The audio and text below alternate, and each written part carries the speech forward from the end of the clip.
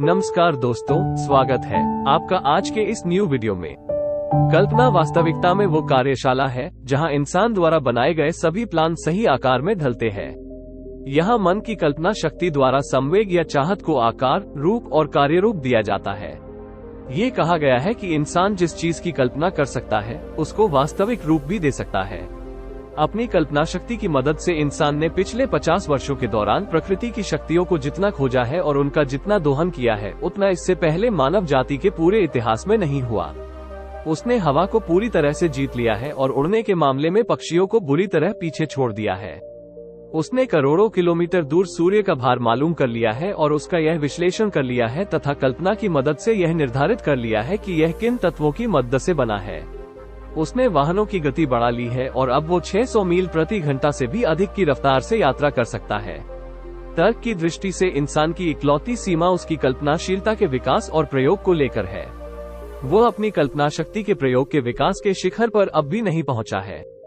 उसमें तो सिर्फ ये खोज है कि उसके पास कल्पनाशीलता है और उसने बहुत ही प्रारंभिक तरीके से इसका प्रयोग करना शुरू कर दिया है। दोस्तों, कल्पना के दो रूप होते हैं। कल्पना दो तरीके से काम करती है। एक तरीका है संश्लिष्ट कल्पना और दूसरा है रचनात्मक कल्पना। संश्लिष्ट कल्पना शक्ति के द्वारा इंसान पुरानी अवधारणाओं, विचारों एवं योजनाओं को नए कॉम्बिनेशन में व्यवस्थित कर सकता है। इस शक्ति से कुछ नहीं रचा जाता, बल्कि यह केवल अनुभव, शिक्षा और अवलोकन की वस्तु के हिसाब से कार्य करती है। आविष्कार करने वाले लोग अधिकतर इसी शक्ति का प्रयोग करते हैं। इसका अपवाद सिर्फ जीनियस है, जो अगर संश्लिष्ट कल्पना द्वारा अपनी समस्या को नहीं सुलझा पाता तो वो रचनात्मक कल्पना शक्ति का सहारा लेता है। रचनात्मक कल्पना शक्ति के द्वारा इंसान का सीमाबद्ध मन असीम शक्ति से सीधे संपर्क करता है।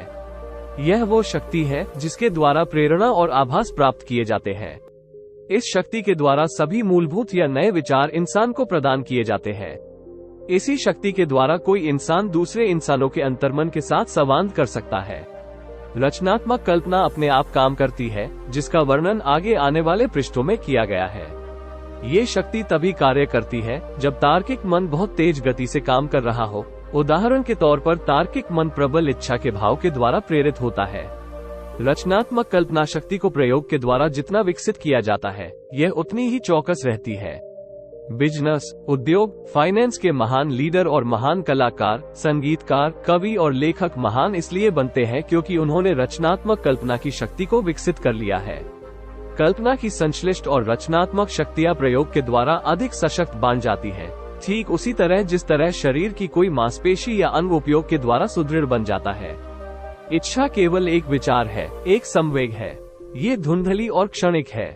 यह अमूर्त और अव्यवहारिक है तथा इसलिए इसका तब तक कोई मूल्य नहीं है जब तक कि इसे भौतिक रूप में नहीं बदल दिया जाता।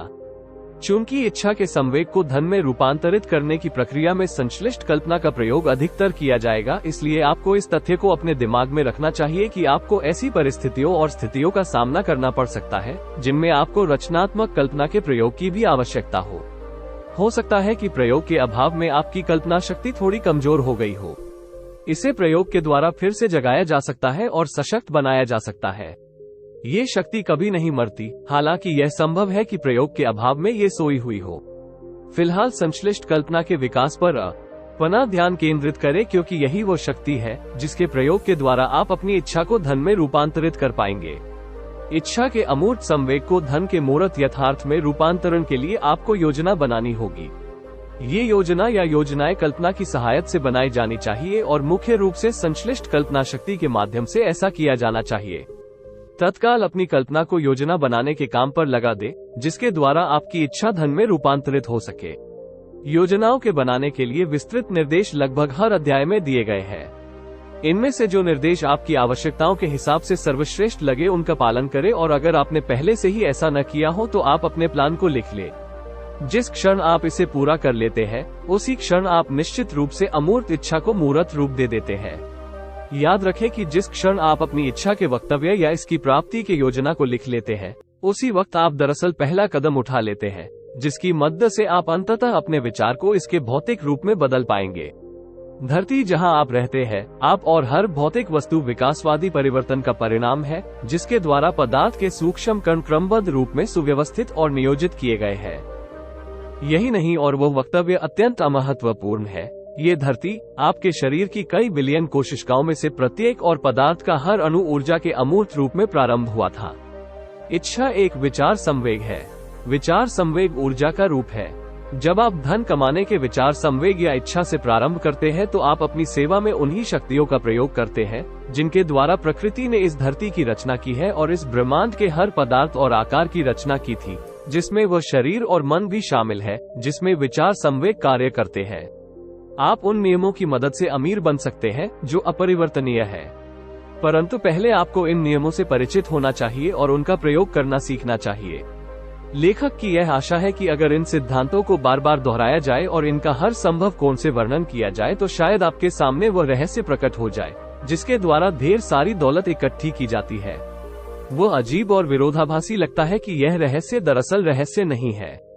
प्रकृति इसी धरती पर इसका विज्ञापन करती है जिसमें हम रहते हैं। हमारी धरती, सितारे, ग्रह, हमारे ऊपर और चारों तरफ मौजूद तत्व, घास का हर तिनका और हमारी आंखों को दिखाई देने वाला हर जीवित प्राणी इस रहस्य को उजागर करते हैं। आगे आने वाले सिद्धांत कल्पना की समझ का रास्ता खोल देंगे। जब आप पहली बार इस फिलॉसफी को पढ़े तो आप जितना समझ सके उसे ग्रहण कर ले। इसके बाद इसे दोबारा पढ़े और तब आप पाएंगे कि ऐसा कुछ हुआ है जिस वजह से यह अधिक स्पष्ट हो गई है, और तब आपको संपूर्ण स्थिति की अधिक व्यापक समझ प्राप्त होगी। सबसे बड़ी बात ये कि आप इन सिद्धांतों के अध्ययन में न रुके, न ही झिझके जब तक कि आप इस पुस्तक को कम से कम 3 बार पूरा न पढ़ ले, क्योंकि इसके बाद आप इस पुस्तक को पढ़ना कभी बंद नहीं करेंगे। विचार अमीरी का शुरुआती बिंदु है। विचार कल्पना द्वारा पैदा होते हैं। आइए हम कुछ सुपरिचित विचारों का परीक्षण करें जिनसे बहुत सारी दौलत कमाई गई है। ऐसी आशा है कि इन उदाहरणों से आपको उस तरीके के बारे में निश्चित जानकारी मिल जाएगी जिसके द्वारा कल्पना का प्रयोग अमीर बनने में किया जा सकता है। काफी साल पहले एक बूढ़ा देहाती डॉक्टर शहर में आया। उसने अपना घोड़ा बांधा और धीरे से वह एक दवाई की दुकान में पिछले दरवाजे से घुस गया और युवा ड्रग क्लर्क से चर्चा करने लगा। 1 घंटे तक बूढ़ा डॉक्टर और क्लर्क धीरे धीरे बातें करते रहे। फिर डॉक्टर बाहर गया। वो अपनी बग्घी के पास पहुंचा और उसने उसमें से एक बड़ी सी पुरानी केतली, एक बड़ा लकड़ी का पैडल भी जिसका प्रयोग केतली के सामान को हिलाने में किया जाता था, और उसने इन चीजों को स्टोव के पिछवाड़े में रख दिया। क्लर्क ने केतली की जांच की, अपनी अंदर की जेब में हाथ डालकर नोट निकाले और डॉक्टरों को दे दिए। क्लर्क ने डॉक्टर को कुल $500 दिए थे, जो उसकी पूरी बचत थी। डॉक्टर ने क्लर्क को एक छोटा सा कागज का टुकड़ा दिया जिस पर एक गोपनीय फॉर्मूला लिखा हुआ था। उस छोटे से कागज पर लिखे हुए शब्द किसी राजा के खजाने के बराबर कीमती थे, परंतु डॉक्टर के लिए नहीं। ये जादुई शब्द केतली का उबलना शुरू करने के लिए आवश्यक थे, परंतु न तो डॉक्टर और न ही क्लर्क ये जानते थे कि इस केतली से कितना अथाह धन बरसेगा। बूढ़ा डॉक्टर केतली को $500 में बेचकर बहुत खुश था। क्लर्क अपने पूरे जीवन की बचत को एक कागज के टुकड़े और एक पुरानी केतली के लिए दांव पर लगाकर बहुत जोखिम ले रहा था। उसने सपने में भी नहीं सोचा था कि उसके निवेश से केतली जब उबलेगी तो उसमें से पिघला हुआ सोना बहेगा, जो एक दिन अलादीन के चिराग के चमत्कारी प्रदर्शन को भी पीछे छोड़ देगा। क्लर्क ने दरअसल जो खरीदा था वो एक विचार था। पुरानी केतली और लकड़ी का पैडल तथा कागज पर लिखा हुआ एक गोपनीय संदेश तो साथ में मिले थे। केतली का चमत्कारी प्रदर्शन तब होना शुरू हुआ जब इसके नए मालिक ने गोपनीय निर्देशों के साथ एक ऐसा तत्व मिलाया जिसके बारे में डॉक्टर कुछ नहीं जानता था। सोचकर देखिए कि क्या आप बता सकते हैं कि वह क्या था जो उस युवक ने गोपनीय संदेश के साथ मिलाया था, जिसकी वजह से केतली से सोना बरसने लगा। यहाँ पर आपको एक ऐसी वास्तविक कहानी बताई जा रही है जो कल्पना से भी अधिक हैरान करने वाली है। तथ्यप की कहानी जो एक विचार के रूप में प्रारंभ हुए। आइए हम सोने के उस विशाल ढेर की तरफ देखें जो इस विचार से उत्पन्न हुए। इसने बहुत धन कमाया है और आज भी ये दुनिया भर में उन लोगों को बहुत धन कमाकर दे रहा है जो केतली की सामग्री को करोड़ों लोगों तक पहुंचा रहे हैं। पुरानी केतली आज दुनिया में शंकर के सबसे बड़े उपभोक्ताओं में से एक है और इस वजह से हजारों लोगों को गन्ना उगाने का, शक्कर बनाने का और बेचने का रोजगार उपलब्ध करा रही है। पुरानी केतली हर साल करोड़ों कांच की बोतलों को काम में लेती है, जिससे कांच का काम करने वाले बहुत से लोगों को रोजगार मिलता है। पुरानी केतली पूरे देश में क्लर्क, स्टेनोग्राफर्स, कॉपीराइटर्स और एडवर्टाइजिंग विशेषज्ञों की फौज को रोजगार देती है। इसने उन दर्जनों कलाकारों को दौलत और शोहरत दिलाई है जिन्होंने इस प्रोडक्ट का विज्ञापन करते हुए बेहतरीन पिक्चर्स बनाई है। पुरानी केतली एक छोटे से दक्षिणी शहर को दक्षिण की बिजनेस राजधानी बना दिया है। जहां ये प्रत्यक्ष या अप्रत्यक्ष रूप से शहर के हर बिजनेस और हर नागरिक को लाभ पहुंचाती है। इस विचार के प्रभाव अब दुनिया के हर सभ्य देश को लाभ पहुंचाता है और इसे छूने वाले हर आदमी को सोने की बहती हुई धारा में से हिस्सा मिलता है। केतली से बरसते सोने ने दक्षिण के एक प्रसिद्ध कॉलेज को बनाया, जहां हजारों युवक और युवतियां सफलता के लिए अनिवार्य प्रशिक्षण प्राप्त करते हैं। अगर पीतल की यह पुरानी केतली बोल सके तो ये हर भाषा में रोमांस की रोमांचक कहानियां सुनाएगी। प्रेम का रोमांस, बिजनेस का रोमांस, प्रोफेशनल पुरुषों और महिलाओं का रोमांस, जो इसके द्वारा प्रतिदिन प्रेरित होते हैं। लेखक कम से कम एक ऐसे रोमांस के बारे में पूरी तरह से आश्वस्त है, क्योंकि वो इसका एक हिस्सा रहा है और यह उस स्थान से ज्यादा दूर शुरू नहीं हुआ था जहां से ड्रग क्लर्क ने पुरानी केतली खरीदी थी।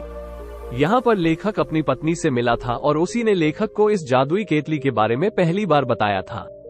उस समय भी वे इस केतली में उबलने वाला सामान पी रहे थे जब लेखक ने उससे पूछा था, क्या तुम मुझसे शादी करोगी?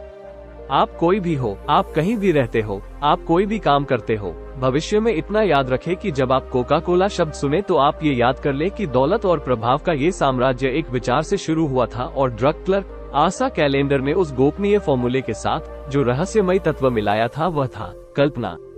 ठहरिए और इसके बारे में एक पल सोचिए। ये भी याद रखें कि अमीरी के जो कदम इस पुस्तक में बताए गए हैं उन्हीं के सहारे कोका कोला का प्रभाव दुनिया के हर शहर, कस्बे, गांव और चौराहों पर फैला है और आपके मस्तिष्क में उत्पन्न होने वाला हर विचार जो कोका कोला की तरह दमदार और संभावनापूर्ण हो, दुनिया भर की प्यास बुझाने वाले इस रिकॉर्ड की बराबरी कर सकता है।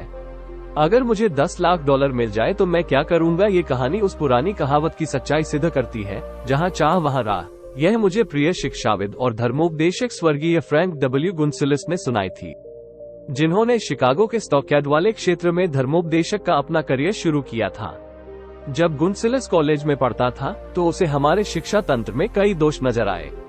उसे विश्वास था कि अगर वो कॉलेज का प्रमुख बन जाए तो वो इन दोषों को दूर कर सकता है।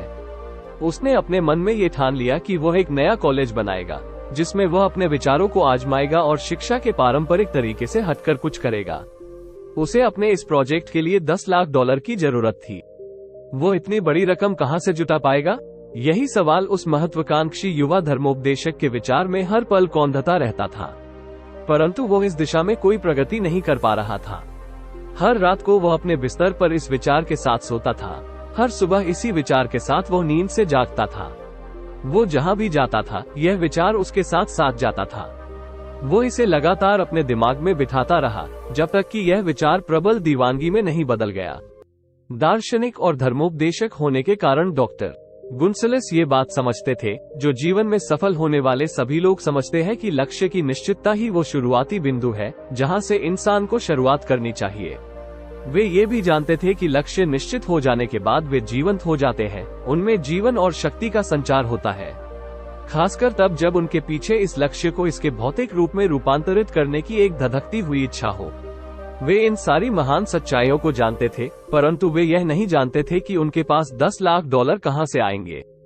आमतौर पर इसका स्वाभाविक तरीका यही होता कि वे हार मान लेते और यह कहकर प्रयास करना छोड़ देते, मेरा विचार तो अच्छा है परंतु मैं इस बारे में कुछ नहीं कर सकता क्योंकि मैं इसके लिए आवश्यक 10 लाख डॉलर नहीं जुटा सकता। अधिकांश लोगों ने बिल्कुल यही कहा होता, परंतु डॉक्टर गुनसिलस ने ऐसा नहीं कहा। उन्होंने जो कहा और उन्होंने जो किया वो इतना महत्वपूर्ण है कि मैं अब उन्हें खुद ही अपनी बात कहने देता हूँ। शनिवार की एक दोपहर मैं अपने कमरे में बैठा हुआ सोच रहा था कि अपनी योजनाओं को सफल बनाने के लिए मैं किस तरीके से आवश्यक धनराशि जुटाऊंगा। लगभग 2 सालों तक मैं सोचता ही रहा था, परंतु मैंने सोचने के अलावा कुछ नहीं किया था। अब कर्म करने का समय आ चुका था। मैंने तभी अपना मन बना लिया कि मैं एक सप्ताह में 10 लाख डॉलर की राशि जुटा लूंगा। कैसे? मैं ये धनराशि निश्चित समय सीमा में जुटाऊंगा। मुझे आश्वस्त करने वाली एक अजीब सी राहत महसूस हुई जो मुझे इससे पहले कभी महसूस नहीं हुई थी। मेरे अंदर जैसे कोई कह रहा था, तुम इस निर्णय पर बहुत पहले क्यों नहीं पहुंचे?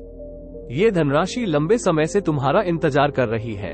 घटनाएं तेजी से हुई। मैंने अखबार वालों को बुलाया और बोला कि मैं अगली सुबह एक व्याख्यान दूंगा जिसका शीर्षक होगा, अगर मेरे पास 10 लाख डॉलर हो तो मैं क्या करूंगा। मैं तत्काल व्याख्यान तैयार करने में जुट गया, परंतु मैं आपको सच बताऊं ये काम मुश्किल नहीं था क्योंकि मैं इस व्याख्यान को लगभग 2 साल से तैयार कर रहा था। आधी रात के काफी पहले मैंने व्याख्यान लिखना समाप्त कर लिया। मैं बिस्तर पर गया और विश्वास की अनुभूति के साथ सोया, क्योंकि मैं देख सकता था कि मेरे पास $10 लाख मौजूद थे और मैं उनका स्वामी था। अगली सुबह मैं जल्दी उठा, बाथरूम में गया, व्याख्यान को पढ़ा और अपने घुटने टेके और पूछा कि क्या मेरा प्रवचन किसी ऐसे आदमी का ध्यान आकर्षित कर सकता है जो आवश्यक धनराशि प्रदान कर सके। जब मैं प्रार्थना कर रहा था तो मुझे वही आश्वस्त करने वाली अनुभूति एक बार फिर हुई कि धनराशि आने ही वाली है। मैं इतना रोमांचित था कि मैं व्याख्यान को साथ ले जाना भूल गया और मुझे ये बात तब तक पता नहीं चली जब तक कि मैं श्रोताओं के सामने खड़ा होकर उसे शुरू करने के लिए तैयार नहीं हो गया। अब अपने नोट्स लाने का वक्त नहीं था और उन्हें घर पर भूल आना मेरे लिए वरदान साबित हुआ। नोट्स के बजाय मेरे अंतर्मन ने मुझे मेरी जरूरत का सारा सम्मान प्रदान किया। जब मैं अपना प्रवचन शुरू करने के लिए खड़ा हुआ तो मैंने अपनी आंखें बंद कर ली और मैं अपने सपनों के बारे में अपने दिल और आत्मा से बोला। मैंने ईश्वर से भी बात की। मैंने बताया कि अगर यह धनराशि मेरे हाथों में रख दी जाए तो मैं $10 लाख से क्या कर सकता था। मैंने वो योजना विस्तार से बताई जो मेरे मन में थी। मैंने बताया कि मैं किस तरह की महान शैक्षणिक संस्था बनाने जा रहा हूँ, जहाँ युवा लोग व्यवहारिक चीजें करना सीखेंगे और साथ ही उनके मस्तिष्क का विकास भी होगा। जब मैंने भाषण समाप्त कर लिया और मैं बैठ गया तो पीछे की तीसरी पंक्ति से एक आदमी धीमे से अपनी कुर्सी से उठा और मेरी तरफ आगे बढ़ा। मैं हैरान था कि वो क्या करने के लिए मेरे पास आ रहा है। वो मंच पर आया, उसने अपना हाथ बढ़ाया और कहा, मुझे आपका भाषण पसंद आया। मुझे विश्वास है कि आपने जो कहा है वो आप सचमुच कर सकते हैं, बशर्ते आपके पास $10 लाख हो। ये सिद्ध करने के लिए आप में और आपके प्रवचन में मुझे विश्वास है। मैं आपको $10 लाख दे सकता हूँ अगर आप कल सुबह मेरे ऑफिस में आ जाए। मेरा नाम फिलिप डी आमर है। युवा गुंसिलस मिस्टर आमर के ऑफिस पहुंचे और उसे $10 लाख मिल गए। उस धनराशि से उसने आमर इंस्टीट्यूट ऑफ टेक्नोलॉजी की नींव डाली, जिसे अब इलिनॉय इंस्टीट्यूट ऑफ टेक्नोलॉजी के नाम से जाना जाता है। ये $10 लाख उसके पास एक विचार के परिणाम के रूप में आए। इस विचार के पीछे एक इच्छा जिसे युवा गुंसिलस अपने दिमाग में लगभग 2 सालों से पाल रहा था। इस महत्वपूर्ण तथ्य की तरफ ध्यान दीजिए। जब वह अपने मन में निश्चित निर्णय पर पहुंच गया और उसने इसे हासिल करने की एक निश्चित योजना पर अमल करने का फैसला किया, उसके 36 घंटे बाद ही उसे ये धनराशि मिल गई। $10 लाख के बारे में युवा गुंसिलस के अस्पष्ट चिंतन और धुंधली आशा के बारे में कुछ नया या अद्भुत नहीं है। उसके पहले और उसके बाद भी बहुत से लोगों के मन में इसी तरह के विचार आए थे, परंतु उस यादगार शनिवार को जब वो अपने निर्णय पर पहुंचा तो उस निर्णय में कुछ भिन्न और अभूतपूर्व था। जब उसने अस्पष्टता में को अलग हटा दिया और निश्चितता से कहा, मैं 1 सप्ताह में ये धनराशि जुटा लूंगा। इससे भी बड़ी बात यह है कि जिस सिद्धांत ने डॉक्टर गुंसिलस को $10 लाख दिलाए थे, वो सिद्धांत आज भी जीवित है। ये सिद्धांत आपके लिए भी काम कर सकता है। ये शाश्वत नियम आज भी उतने ही काम का है जितना कि यह पहले उस युवा धर्मोपदेशक के काम का था, जिसे अपने इरादों में जबरदस्त कामयाबी मिली थी। ये सोचे कि आशा कैलेंडर और डॉक्टर फ्रैंक के बीच में एक बात समान थी। दोनों ही इस प्रबल सत्य को जानते थे कि निश्चित योजना की शक्ति के द्वारा विचारों को नकदी में बदला जा सकता है। अगर आप उन लोगों में से हैं जो यह विश्वास करते हैं कि सिर्फ कड़ी मेहनत और ईमानदारी से ही अमीरी आ जाएगी, तो इस विचार को अपने दिमाग से निकाल दे। ये सच नहीं है। अमीरी जब भी प्रचुरता में आती है तो ये सिर्फ कड़ी मेहनत की बदौलत नहीं आती। अमीरी निश्चित मांग की प्रतिक्रिया के स्वरूप आती है और यह कुछ निश्चित सिद्धांतों के प्रयोग पर आधारित है। इसका किस्मत या भाग्य से कोई लेना देना नहीं है। आमतौर पर विचार ही कल्पना के सहारे कर्म को प्रेरित करता है। सभी मास्टर सेल्समैन की जहां सामान नहीं बिक सकता, वहां विचार बिक सकते हैं। औसत सेल्समैन इस बात को नहीं जानते, इसलिए वे औसत सेल्समैन होते हैं। कम कीमत की पुस्तकों के एक प्रकाशक ने एक खोज की जो आमतौर पर सभी प्रकाशकों के लिए महत्वपूर्ण साबित हो सकती है। उसने सीखा कि कई लोग पुस्तक के अंदर के शब्दों को नहीं खरीदते हैं, बल्कि वे शीर्षक खरीदते हैं। उसकी एक पुस्तक बिक नहीं रही थी। जब उसने इस पुस्तक का शीर्षक बदल दिया तो इस पुस्तक की बिक्री 10 लाख प्रतियों से अधिक हो गई। ध्यान दे, पुस्तक के अंदर की सामग्री जरा भी नहीं बदली गई थी। उसने सिर्फ पुस्तक का कवर फाड़ दिया था जिस पर वो शीर्षक था जो नहीं बिक रहा था, और उसने उसके स्थान पर एक नया कवर लगा दिया था जिस पर एक ऐसा शीर्षक था जो बॉक्स ऑफिस के हिसाब से आकर्षक था।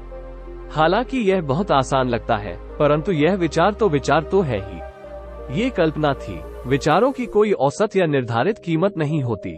विचारों का रचयिता अपनी खुद की कीमत तय करता है और अगर वो स्मार्ट होता है तो उसे वो कीमत मिल जाती है। व्यवहारिक दृष्टि से हर अमीरी की कहानी उस दिन से शुरू होती है जब विचारों का एक रचयिता और विचारों का एक विक्रेता इकट्ठे होते हैं और मिलकर काम करते हैं। कार्नेगी ने अपने आसपास ऐसे लोगों को इकट्ठा कर लिया था जो वो सब कर सकते थे जो कार्नेगी नहीं कर सकते थे। लोग जो विचारों को जन्म देते थे, लोग जो उन विचारों को कर्म में परिवर्तित कर सकते थे और उन्हें एवं दूसरों को बेहद अमीर बनाते थे। करोड़ों लोग जिंदगी भर ब्रेक की तलाश करते हैं। हो सकता है उनकी खुशकिस्मती से उन्हें कोई मौका मिल भी जाए, परंतु सबसे सुरक्षित योजना यही कि किस्मत के भरोसे हाथ पर हाथ रखकर न बैठा जाए। मुझे एक सुनहरा ब्रेक मिला जिससे मुझे मेरे जीवन का सबसे बड़ा अवसर मिला, परंतु 25 साल के लगन भरे प्रयासों के बाद ही यह अवसर मेरी पूंजी बन पाया। ये ब्रेक था कि मैं एंड्रू कार्नेगी से खुशकिस्मती से मिला और मुझे उनका सहयोग मिला। उस अवसर पर कार्नेगी ने मेरे मन में एक विचार का बीज बोया। वो बीज ये था कि मैं उपलब्धि के सिद्धांतों को सफलता की फिलॉसफी के रूप में व्यवस्थित कर। इन 25 सालों में हुए शोध में जो खोजें हुई हैं, उनसे हजारों लोगों ने लाभ उठाया है और कई लोग इस फिलॉसफी को अपनाकर अमीर बन चुके हैं। शुरुआत आसान थी। यह एक विचार था जिसे कोई भी विकसित कर सकता था। मुझे सहायता देने वाला कार्नेगी से मिला था, परंतु लगन, निश्चित लक्ष्य को हासिल करने की इच्छा और 25 वर्ष की लगन का क्या कोई अर्थ नहीं है? यह कोई सामान्य इच्छा नहीं थी जो इतनी निराशा, लोगों द्वारा निरुत्साहित किए जाने, अस्थायी पराजय, आलोचना और समय की बर्बादी के बावजूद बनी रही। यह एक प्रबल इच्छा थी, एक दीवानापन था। जब मेरे मन में यह विचार कार्नेगी ने बोया तो उसे जिंदा बने रहने के लिए मनाया गया, इसकी देखभाल की गई और इसे आकर्षित किया गया। धीरे धीरे यह विचार अपनी ही शक्ति से इतना शक्तिशाली हो गया कि इसने बाद में मुझे मनाया, मेरी देखभाल की और मार्गदर्शन देते हैं। फिर वे स्वयं शक्तिशाली बन जाते हैं और अपने रास्ते के तमाम अवरोधों को हटा देते हैं। विचार अमूर्त शक्तियां हैं, परंतु उनमें भौतिक मन से अधिक शक्ति होती है। जिनसे वे उत्पन्न होते हैं उनमें जिंदा बने रहने की शक्ति है और यह शक्ति तब भी बनी रहती है जबकि उन्हें जन्म देने वाला मन धूल में मिल चुका होता है। एंड्रू कार्नेगी की तरह साउथवेस्ट एयरलाइन के फाउंडर में से एक हर्ब कैलहेर विचारों को बेचने वाला के एक बेहतरीन उदाहरण है। उस वक्त वो सैन एंटोनियो, टेक्सास में एक वकील के रूप में कार्यरत थे जब उस अमूल्य विचार के निर्माता रोलर किंग ने अपनी नई एयरलाइन की शुरुआत करने के लिए उनसे मदद मांगी। रोलर किंग एक इन्वेस्टमेंट सलाहकार थे, साथ ही साथ वे एक बिना प्रॉफिट वाले एक हवाई चार्टर सेवा चलाते थे जो टेक्सास के छोटे शहरों में चलती थी। उस समय अमेरिका में जो लोग हवाई यात्रा करते थे वे व्यावसायिक अधिकारी हुआ करते थे या फिर अमीर लोग। किंग तब निराश हो जाया करते थे जब उन्हें टेक्सास में एक स्थान से दूसरे स्थान हवाई करनी होती थी और उन्हें सीट नहीं प्राप्त होती थी। इसके अलावा उस समय हवाई यात्रा के दाम बहुत अधिक थे। उन्हें ऐसा महसूस हुआ कि टेक्सास के 3 बड़े शहरों में एक एयरलाइन की शुरुआत करने की सख्त जरूरत है। किंग को ये बात अच्छी तरह से पता था कि उसकी यह छोटी एयरलाइन इस कार्य को ढंग से करने में असमर्थ है, इसलिए उसे एक नई एयरलाइंस की जरूरत है। उसने ढंग से इन सबका अध्ययन किया और एक बिजनेस प्लान बनाया। उसने $10,000 लिया और अपने वकील हर्ब कैलहेर के पास एयर साउथवेस्ट के लिए जरूरी कागजी काम कराने के लिए पहुंचा। एयर साउथवेस्ट, जिसका बाद में नामकरण साउथवेस्ट एयरलाइंस हुआ। पहले तो कैलहेर उलझन में पड़ गए, फिर उन्होंने किंग के साथ और अधिक धन जुटाने के लिए और राजनीतिक सहयोग हासिल करने के लिए काम किया। 20 फरवरी 1968 को टेक्सास एरोनॉटिक्स कमीशन ने 3 शहरों में उड़ान भरने की साउथवेस्ट की पेटिशन को मंजूरी दे दी। तथापि 21 फरवरी को प्रतिस्पर्धी airline Braniff, Trans Texas and Continental ने इस आदेश पर अस्थायी रोक लगा दी। कैलहेर का एयरलाइन के लिए उत्साह ही था, जिसके द्वारा उसने अपने वकालत कौशल से उस मुकदमे में जीत हासिल की। विरोध इस बात को लेकर मुकदमा लड़ रहे थे कि टेक्सास को कोई नई कंपनी की जरूरत नहीं है। इसके लिए साउथवेस्ट को 3.5 साल का इंतजार करना पड़ा।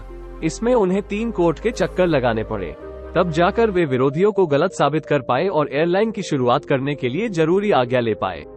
अलबत्ता उन्होंने एक अच्छी शुरुआत की, पर यह पर्याप्त नहीं थी।